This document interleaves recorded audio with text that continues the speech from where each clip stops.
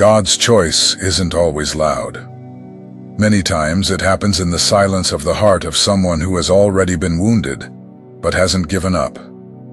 Being chosen doesn't mean being perfect.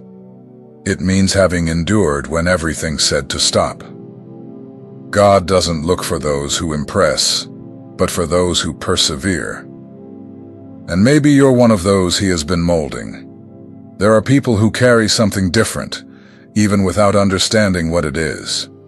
They feel a calling in their chest, a restlessness in their soul, a desire to live something beyond the ordinary. These are the ones God sets apart, the ones he patiently prepares through processes that don't always make sense, but always have purpose. He does not forget those who say yes. Being chosen isn't about shine, but about depth. God doesn't seek those who shout loudly, but those who listen intimately. Those who don't give up on faith, even when tired. Who keep trusting, even without applause. Who keep obeying, even when the path is dark. These are the hearts he transforms and uses with wisdom. In this message, you will discover 7 types of people God usually chooses. Each of them represents a type of journey, a mark left by God, a unique way of being molded. And at some point, you may see yourself in one, or in several, because God molds us in layers, and He's doing that with you too. I'm George, and I've prepared this message with great care and truth, so that you feel seen, recognized, and awakened. If this word touches your heart, I invite you to follow the channel. Here you will never walk alone. There will always be a word to remind you you are chosen, and God is still writing your story. 1. The wounded who didn't give up. God chooses the broken, not the ones who seem perfect. Not every calling comes in the middle of a crowd. Many times it arises in the silence of an unseen tear, a misunderstood pain, or a phase where everything seems out of place. It's in these situations that God begins to reveal who His chosen truly are. And contrary to what one might think, He doesn't start with those who appear strong, successful, or admired. He begins with those who have already been shattered, and even so, keep walking. If you've ever had to get back up from something you thought you wouldn't survive, if you've been rejected by the very ones you most wanted close, if you faced losses no one understood, then maybe you are closer to your purpose than you realize. People like this didn't become chosen because they were flawless, but because they didn't give up in the middle of pain. God looks at the heart, not appearances. He knows the behind the scenes of your story, the moments you cried alone and no one knew. He saw when you chose to forgive even without strength. He heard your silent prayer, made when there seemed to be no way out. And that is exactly why He trusts you. Not because you're perfect, but because you've learned to depend on Him. The wounds you carry are not signs of failure. They are marks of a real journey. They are like the scars of warriors who, though weary, keep fighting. The world may admire talent, charisma, and apparent success, but God values surrender, sincerity, humility. He draws near to those who were broken, but allowed their cracks to become paths of light. And there's a very clear difference. There are those who break and become bitter. And there are those who break and become more sensitive, more compassionate, more genuine. God doesn't mold people who harden through pain. He transforms those who, even in pieces, keep their hearts open. It is that openness that allows Him to enter, heal, and use them for something greater. If your experiences have taught you to look at others with more empathy, if you've become more attentive to others' pain because of your own, then you're already being molded. The fragility that taught you to truly pray, to listen more than speak, to be grateful for little, that's part of your transformation process. Many times, the reason God hasn't taken you out of the desert as quickly as you'd like is because He was preparing you, not just the path. A cracked vessel cannot sustain what is eternal. That's why some healings are slow. God wants your inner structure to be strong enough to support what He will pour over you. The world values those who appear strong, those who win quickly, who shine brightly. But heaven honors those who remain, those who continue even when afraid, those who don't stop trusting even in silence. And if you're still here reading this, feeling something inside you stirring, even if you don't understand everything, know this: it's a sign that you haven't been forgotten. You are being prepared. You may not have all the answers, but God isn't looking for perfection. He's looking for surrender. And it's the broken, the honest, the ones who have learned to walk with God without applause, whom He chooses for deep missions. 2. God trusts obedience, not appearance. He chooses those who say yes in silence. If there's something God deeply values, it's obedience. Not surface-level obedience, which only appears when there's applause, praise, or reward, but the kind that is born within, that shows up even when no one sees, even when it seems like it won't make any difference at all.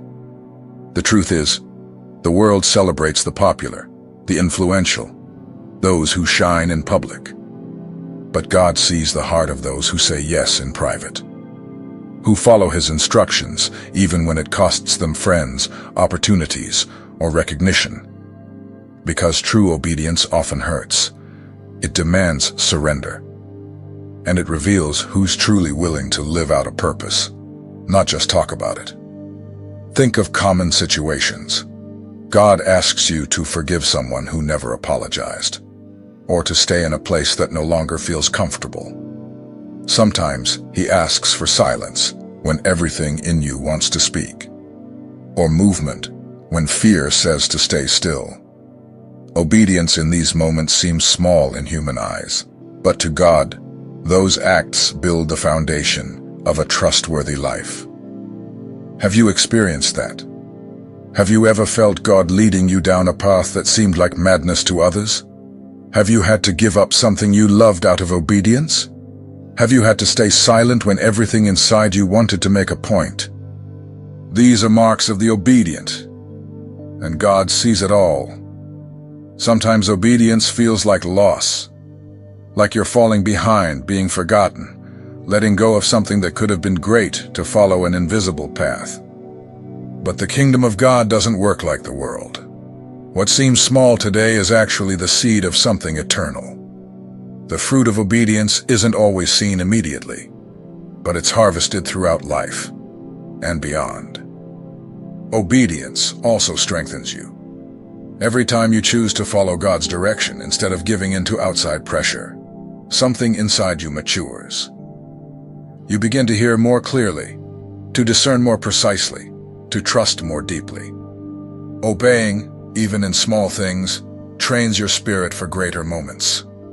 And that's why God chooses the obedient, because He can trust that when the time comes for something important, even if no one applauds, even if it hurts, even if it seems illogical, you will go forward. Because your faithfulness doesn't depend on your environment. It depends on who called you. If you've lost opportunities because you chose to do what was right, if you've been criticized for holding on to your values, if you've had to walk alone because you chose to follow God's voice instead of the crowd, then understand this.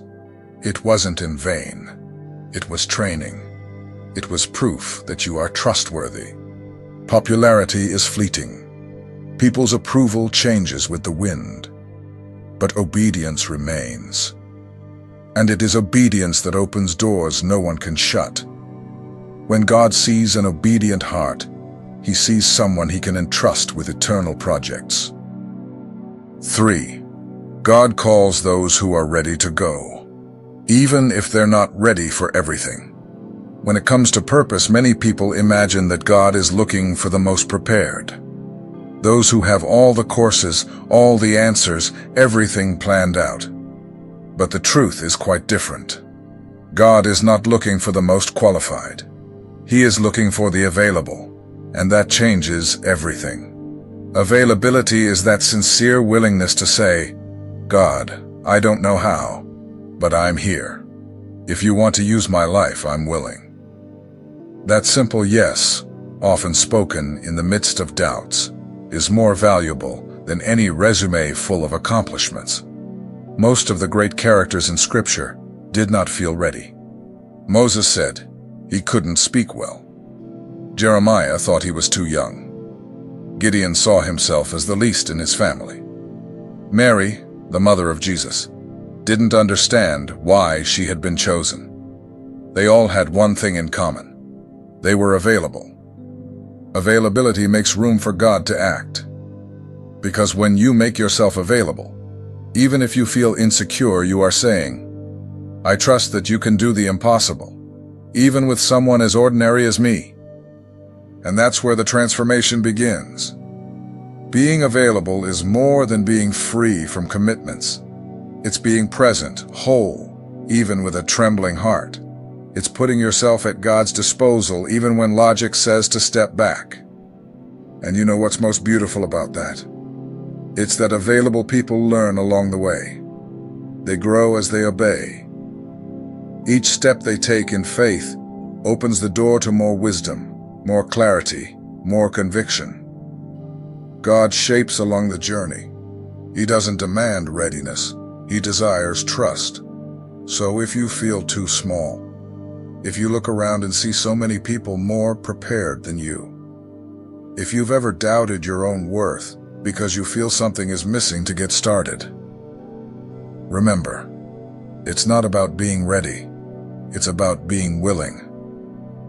The history of the kingdom is built by people who said, "Here I am," even without knowing what would come next. And it is through these lives that God does the extraordinary. The question that remains is, are you available? 4. God chooses the rejected, not the applauded. Rejection hurts. It hurts when you're ignored by someone who should value you. It hurts when doors close without explanation. It hurts when you do everything right and still aren't chosen. But as strange as it may seem, rejection can be one of the greatest signs that you're being set apart, not discarded. This is hard to understand when you're in the middle of the pain. The heart asks, what did I do wrong? But the truth is, many times, you weren't left out because of a lack of value, but because your value wasn't yet recognized by those around you. God has a curious way of hiding His chosen ones.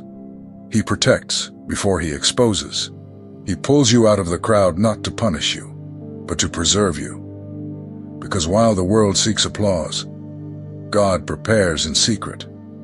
Have you ever felt out of place, even in your own family? Have you noticed that you don't fit into the conversations, the ideas, the decisions? Have you been excluded for thinking differently, feeling differently, living differently? All of this may be evidence that you are being set apart for something that isn't common. Rejection, in fact, can be a push from God. He closes one door to open another. He removes people from your path so you can walk with Him. He allows the silence of those you wanted close so that you can hear His direction more clearly. And here is a spiritual secret. The deeper your calling, the earlier rejection will come. Because those who carry light disturb those who live in darkness. Not everyone can handle the brightness of your essence, even if you're not trying to outshine anyone. But there is powerful comfort in this. God never rejects those who have been rejected for loving Him. On the contrary, He honors, He restores, He lifts up. So if you've been left out, ignored, forgotten, if you feel like no one truly sees you, if your presence bothers others even when you just want to help, remember, you were not excluded. You were set apart. God doesn't hide you to diminish you. He hides you to strengthen you. And when the right time comes, He will reveal you. and everyone will see that what was once ignored was, in fact, a chosen one. 5. God chooses the faithful, not those who shine for a moment. In a time when everything revolves around visibility, numbers, likes, and status, it may seem that those who aren't being noticed are being forgotten.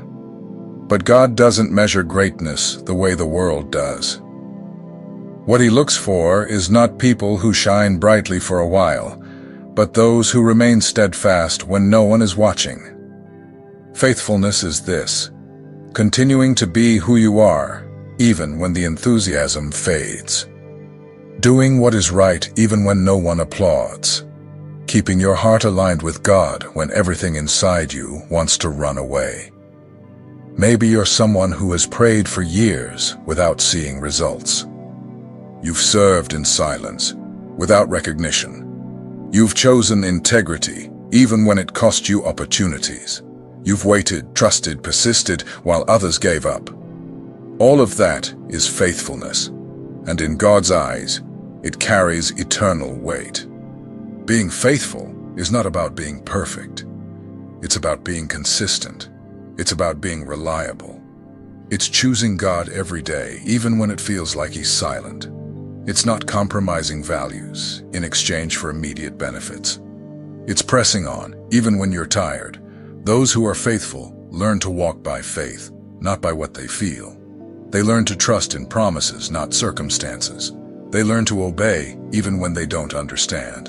And that kind of person is rare. That's why it's exactly who God looks for when He wants to entrust great things. Faithfulness is built backstage. It is tested when the path is slow, when time passes and nothing seems to change. And it's in that place that God shapes solid hearts that aren't shaken by praise nor destroyed by criticism. Then you're closer to your calling than you realize. Because faithfulness reveals something that talent never can: character. God does not entrust the eternal to those who only seek visibility. He gives authority to those who are consistent when no one sees. And if you've lost the initial sparkle, but not your essence, if you felt forgotten, but kept doing good, if you've wanted to quit but chose to continue, then know this: God saw it all, and that's why He chose you. 6. God chooses the humble in spirit, not those who rely only on themselves. Many people confuse humility with weakness, but in truth, humility is strength under control. It's knowing that no matter how many gifts, talents, or achievements you have, none of that defines you more than your dependence on God. God isn't impressed by titles, followers, eloquent speeches, or diplomas. He is moved by broken hearts, by those who recognize they can't walk alone, who bend their knees not only when they need something, but because they know the source of life is in communion with Him. Have you ever noticed how the people most used by God were first brought to their knees? True humility is often born there, when there's nowhere else to run, when pride no longer sustains you, when the image you've built falls apart, and all that remains is who you really are. Because they understood that purpose is greater than ego. Have you had to learn this the hard way? Maybe you went through a season where everything seemed to be going right, and suddenly everything collapsed. Maybe you relied on your own abilities until you had to cry out to God for help like never before. That wasn't failure. It was realignment. It was God bringing you back to the safe place: humility. And here's something important. Humility is not about belittling yourself. It's about seeing yourself truthfully. It's knowing you are valuable, but that your strength comes from a higher place. It's walking with confidence, but with a heart that is always teachable. God entrusts great responsibilities to those with a teachable spirit, because He knows that person won't be corrupted by vanity. He knows that if correction is needed, they will listen. And if they are exalted, they won't lose themselves. If you've had to start from scratch, if you had to swallow your pride and ask for help, if you've learned to listen more and speak less. If you've fallen and, instead of hiding, used the fall as a lesson, then you carry a rare kind of wisdom, the one that comes from humility. And that doesn't make you weak. On the contrary, it makes you fertile ground for God to build something lasting. Those who are humble in spirit don't need to prove anything. They don't need to compete for space, because they know that what God has prepared for them is unique and will come at the right time. God doesn't call the full of themselves. He calls those emptied of themselves, because only those who empty themselves can be filled with something eternal. 7. God chooses the spiritually awake, not the distracted. We live in a noisy world, full of distractions, empty promises, and constant rush. A world that tries to keep us too busy to listen and too hurried to discern. That's why one of the greatest challenges of the chosen is to stay spiritually awake, while so many live asleep. Awake people perceive when God is speaking, even if it's through a simple detail, a sentence, a dream, a silence. They don't need a spectacle. They pick up on what is subtle because they've learned to quiet the surrounding noise in order to hear what comes from above. And you know what's most curious? Those who are awake are often misunderstood. People around you may think you overthink, that you feel too much, that you make simple things complicated. But you know that's not it. You just see what many ignore, and that is a gift, not a flaw. That sensitivity you carry is one of the ways God uses to guide you. He awakens you before others because He wants you to be a bridge, an example, a guide, an intercessor. Those who are awake in the Spirit have a responsibility to help others wake up too. And here's a loving warning. Those who are awake need to watch even more carefully. Because when you see what others don't, it's easy to feel tired, lonely, or even confused. But don't let that make you retreat. You're not crazy. You're in tune. Many are still blind to what is eternal. You are not. And if God is allowing you to perceive deeper things, it's because He trusts that you will know what to do with it. He is shaping you to live not just a faith of words, but a living faith, active, transformative. The spiritually awake are those who live with purpose even when there's no stage, who walk with God even when the sky is cloudy, who intercede for others even when no one sees, who care about the soul, not just appearances. You may not have all the answers, but if there is a flame burning inside you, saying, "I was born for something more," then that is the confirmation. God doesn't awaken someone by accident. He awakens to send, to entrust, to transform. And if you've made it this far, reading every part, if something burned inside you, if at any point you felt, "This is me," then receive this truth. You are chosen, not by merit, but by grace. Not because of perfection, but because of availability, faithfulness, humility. And because you said yes when you could have said no. Getting here was not by chance. If you've read every part of this content, it's because something inside you recognizes that there is a greater truth calling you. And this truth is not about religion, status, or appearances. It's about purpose. About an intimate connection with God that invites you to see life from a deeper, more real perspective. You may have identified with more than one type of chosen one. And that makes sense. God shapes us in phases, in intertwined processes. Sometimes you are the wounded one who didn't give up. At other times, you are the available one who keeps going, even without understanding everything. There are days when you are the silently rejected one, and others when your faithfulness is all that keeps you standing. And all of this is part of the formation. Being chosen is not a gold medal. It's a calling to a life that requires courage, surrender, and faith.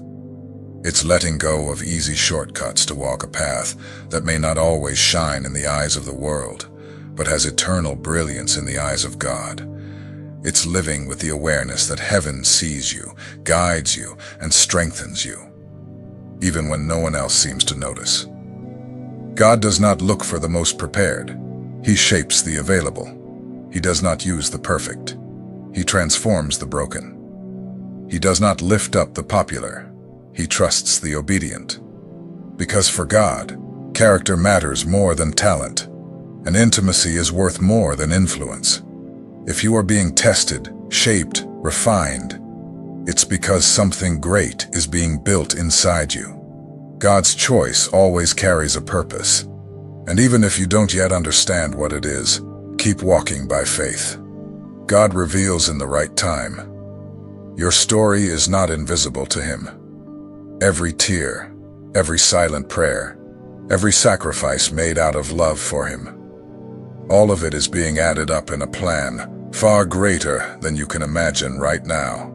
And if today, even in the midst of your uncertainties, you felt peace reading these words, then that is the Spirit of God confirming that He is with you, that you are not alone, that there is a purpose, that your life has value, and that yes, you are a chosen one. Now I want to hear from you. Which of these 7 types of chosen ones spoke most to your heart? In which part did you feel that God was touching you? Share it here in the comments. Your experience may strengthen the faith of others who are also in this process. May God continue shaping you, sustaining you, and revealing the value you carry. With affection, George.